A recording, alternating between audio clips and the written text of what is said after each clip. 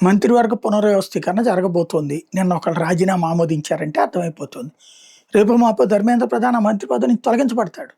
ఆటోమేటిక్‌గా జరుగుతది. ఇది కాక్రోచుల కోసం గాదు. అశ్విని వైష్ణవ్ శాఖ మారినా ఆశ్చర్యపోనక్కర్లేదు.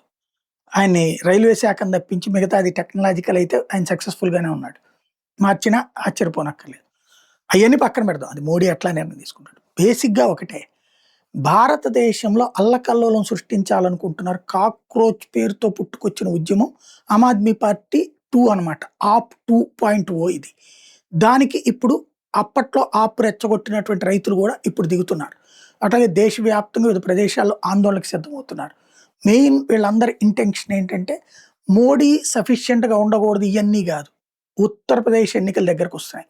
పంజాబ్ ఎన్నికలకి దగ్గరకొస్తున్నాయి. కరెక్ట్‌గా క్రిందటిసారి గూడా ఎన్నికలకు ముందే యాజిటేషన్ బిగినయ్యి ఒక 6 నెలల ముందు. ఎన్నికలు అయిపోగానే పక్కకెళ్ళిపోయింది.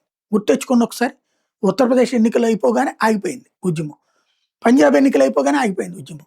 అంటే ఎన్నికలకి ముందు యువతరాన్ని రెచ్చగొట్టడానికి, మధ్య తరగతిలో అసహ్యాన్ని పుట్టించడానికి చేసుకొస్తున్నటువంటి చర్యలు ఇవి.